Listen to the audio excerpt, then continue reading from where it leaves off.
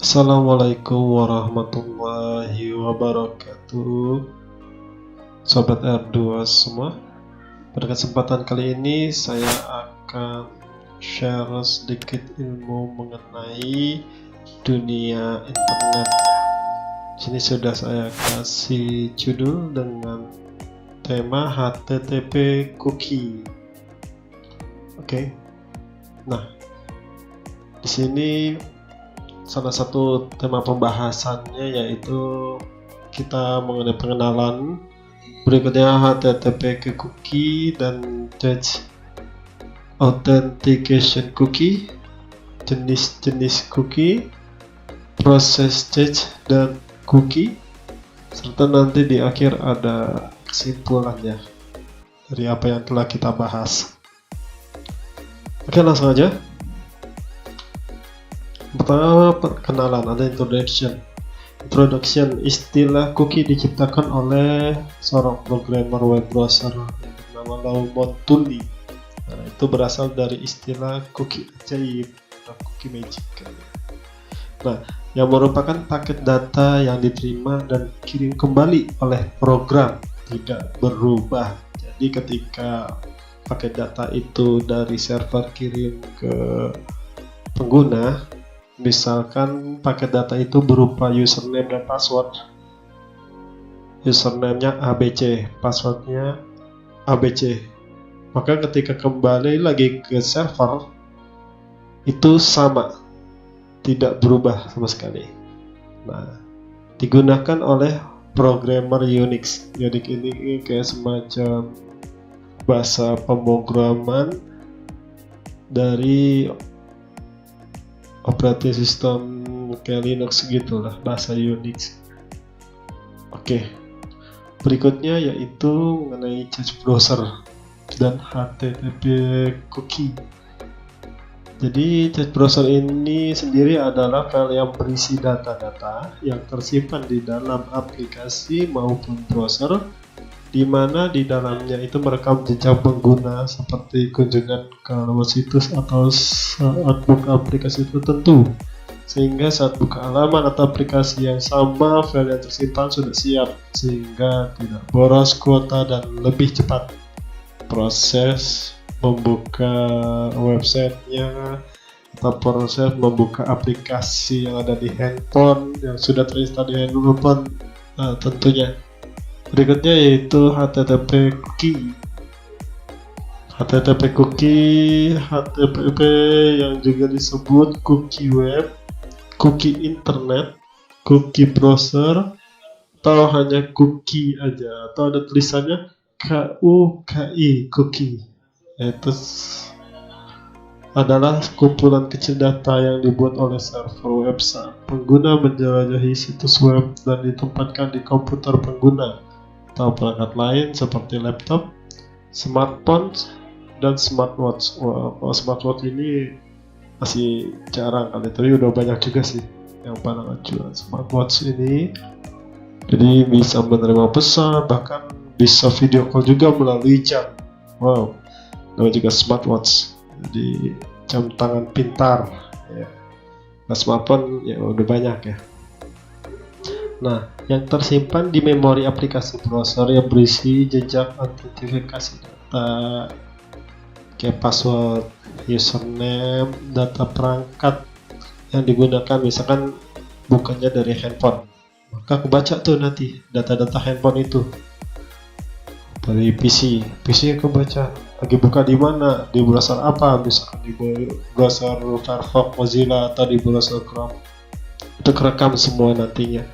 Dan letak lokasi, nah itu lokasinya ada di mana, di Jakarta kah, di Depok, di Palembang, Sumatera, itu terkirim lokasinya, lokasi tujuan,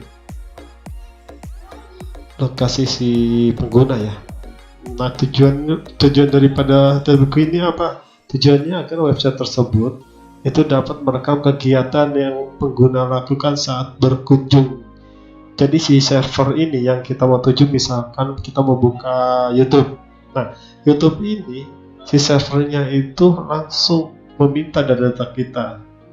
Jadi yang tadi udah disebutkan di awal ya, username, data perangkat, lokasi. Nah, mereka merekam tuh data-data yang itu ke server mereka. Pada saat kita punya jaringan selesai. Berikutnya yaitu authentication cookies. Apa sih authentication? Namanya aja susah banget ya. Sebut authentication cookie.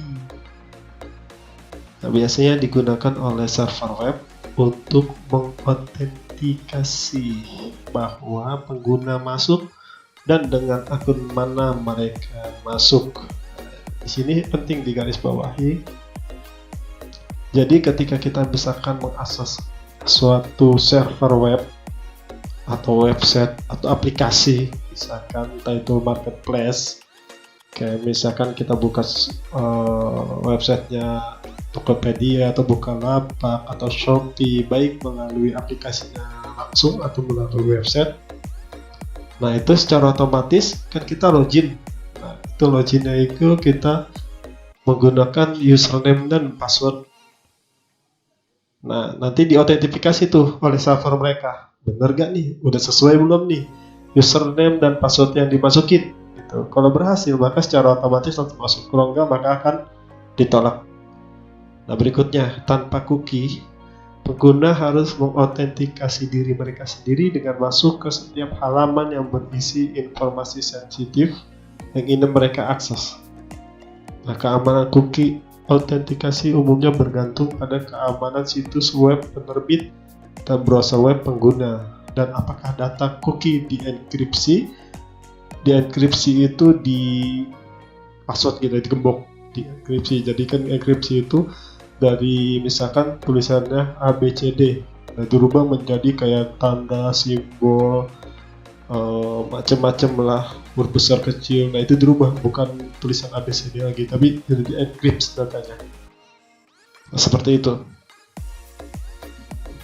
Nah itu bergantung pada keamanan situs atau keamanan dari web server situs web tersebut dan browser web pengguna. Misalkan buka browsernya pakai apa? Jadi kan kalau dari keamanan situs web yang tadi saya jelaskan di awal itu dari server si YouTube-nya atau server si Tokopedia-nya. Dan satu lagi dari browser web pengguna atau dari browser yang kita gunakan kayak misalkan Mozilla, Chrome, Safari, Edge dan lain-lain lah.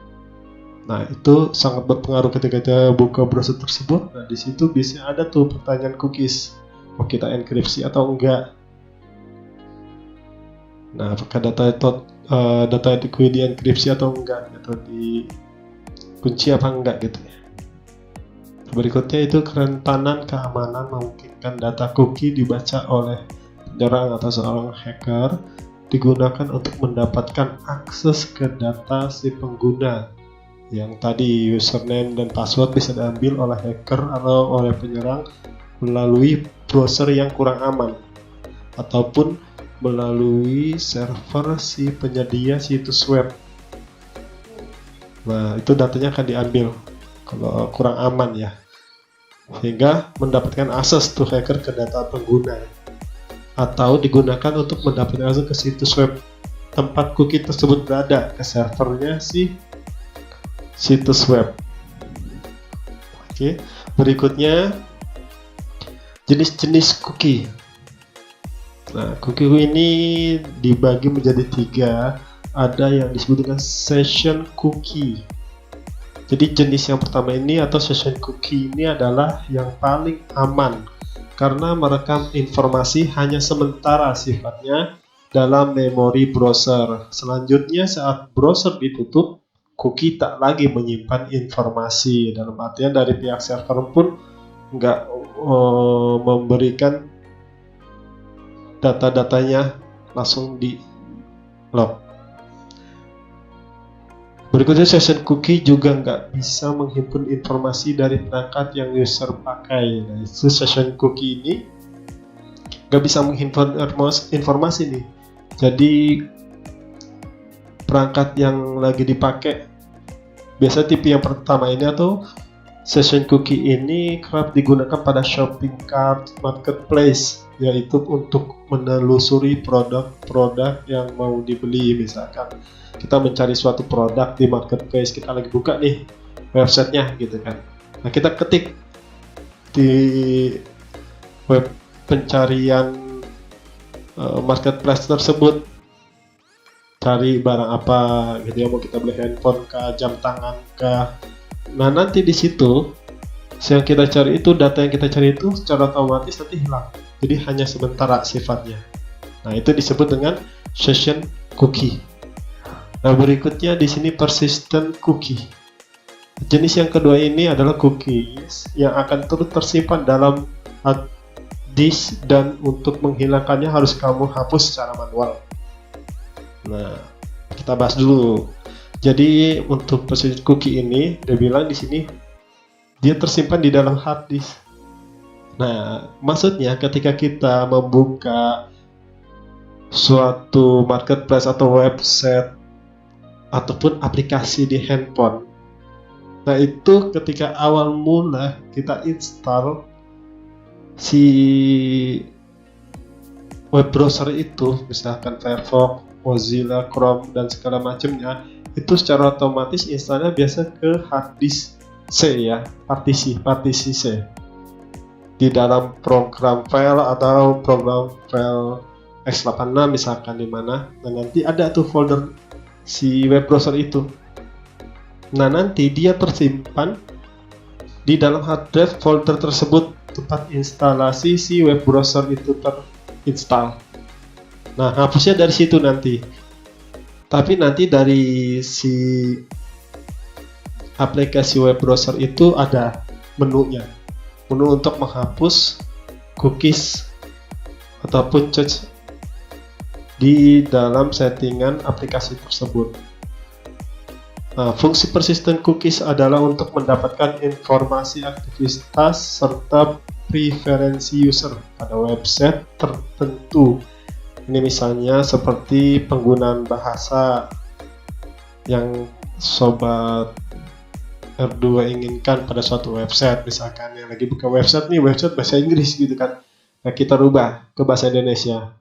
Nah, nanti itu menyimpan tuh settingan bahasa Indonesia itu di dalam folder si web browser tersebut. Jadi ketika kita tutup, terus besok kita mau buka lagi website tersebut, nah secara otomatis kita nggak perlu lagi tuh setting ulang bahasa sesuai dengan bahasa kita.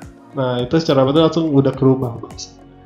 Nah, di sini persistence cookie itu seperti itu. Jadi menyimpan ke dalam hard disk si pengguna, baik itu di dalam laptop, di dalam PC, atau terlebih lagi di handphone. Nah, terkadang emang suka kebanyakan tuh buka aplikasi ada cookies atau cache memori. Ya, nanti kita bahas perbedaannya tadi udah di atas ya, di sini. Nah, ini cache browser ya. Nah, ini jadi untuk yang persistent cookie ini, jadi yang di dalam handphone itu tersimpan di dalam instalasi si aplikasi yang ada di handphone, sama halnya aplikasi atau web browser yang ada di dalam laptop ataupun komputer. Nah, itu untuk jenis yang kedua, yaitu persistent cookie. Berikutnya third party cookie. Nah, sesuai sebutannya nih, third party cookies, artinya cookie ini ditempatkan oleh pihak ketiga. Misalkan kita mau membuka suatu website. Nah, website itu udah ada kerjasama dengan pihak penyedia iklan produk tertentu gitu. Dia perusahaan tersebut ingin mengiklankan produknya di website yang sedang kita tuju. Nah, makanya di situ disebut third party cookie. Oke, kita balik ke jelasan. Jadi ditempatkan oleh pihak ketiga yang umumnya untuk tujuan iklan. Akibatnya, ya kita akan sering melihat tayangan iklan sesuai pencarian produk pada mesin pencari, kayak misalkan marketplace atau website toko online. Misalkan itu sering tuh Mari kita buka-buka di mesin pencarian browser misalkan, entah itu Mozilla, Chrome, tiba-tiba kita lagi nyari ngetik apa-apa terus tiba-tiba muncul. Nah itu terkadang termasuk dalam third party cookie. Kalau di dalam toko online apa bisa kita install di handphone nih? Kita install suatu aplikasi yang ada di Google Play kah, atau di Play Store atau di tempat yang lainnya. Nah itu kita install suatu aplikasi apapun, ketika ada kerjasama dengan perusahaan atau pihak ketiga, maka dia akan muncul tuh iklannya. Nah oke, itulah 3 jenis cookie yang bisa saya sampaikan. Berikutnya kita akan membahas mengenai cookies dan change process. Nah, di sini gimana sih proses kerja daripada cookies dan change itu? Nah, ketika browser, posisi kita browser itu, kita umpamakan kita pengguna ya, kita ini pengguna ini melalui laptop dan juga melalui handphone. Ketika kita ingin membuka suatu website atau suatu aplikasi, maka kita akan lari ke HTTP request. Nah, kita mau request data-data yang ada di web server sesuai dengan permintaan kita. Nah, maka server ini merespon apa yang kita pinta tadi. Nah, itu mengirimkanlah, baik itu berupa foto-foto, berupa data-data yang kita pinta, berupa video. Nah, dia merespon nih. Dan dari sini kembali ke browser. Nah, dari browser ke penyimpanan internal kita berupa hard disk yang ada di handphone ataupun yang ada di dalam komputer. Nah, itu berupa script, berupa gambar tadi yang saya sebutkan. Ini ada alamat link-link website, gitu kan. Di sini ada alamat link sosial media, misalkan atau pesan dan segala macamnya, dan juga ada video, ada username dan password. Nah, ketika terkirim dan tersimpan, ini kita tutup website yang kita tadi request ke web server. Kita matiin komputer, kita matiin handphone, terus besoknya kita mau buka lagi. Dia nggak perlu kesini lagi nih, nggak perlu ke web server, tapi langsung internal dia membuka datanya melalui local storage yang ada di dalam handphone ataupun di dalam PC. Jadi prosesnya itu lebih cepat dan bahkan tanpa menggunakan internet sekalipun. Nah, seperti itu. Oke, kesimpulannya, jadi cara cookies menyimpan data adalah dengan menyimpannya pada directory file browser ataupun aplikasi yang terinstall di handphone. Nah, ketika mengakses suatu website atau aplikasi tertentu, jika nanti kamu kembali berkunjung ke website atau ke aplikasi tertentu tersebut, browser akan mendapatkan informasi dari cookies dan menyampaikannya kembali ke website tadi atau elemen awal pengatur cookies. Oke, demikian dapat sampaikan. Jika ada sobat F2 semua yang ingin bertanya, silakan mengisi di kolom komentar. Dan jika ini bermanfaat bagi sobat semua, silakan di share, like, dan subscribe. Terima kasih. Saya akhiri. Assalamualaikum warahmatullahi wabarakatuh.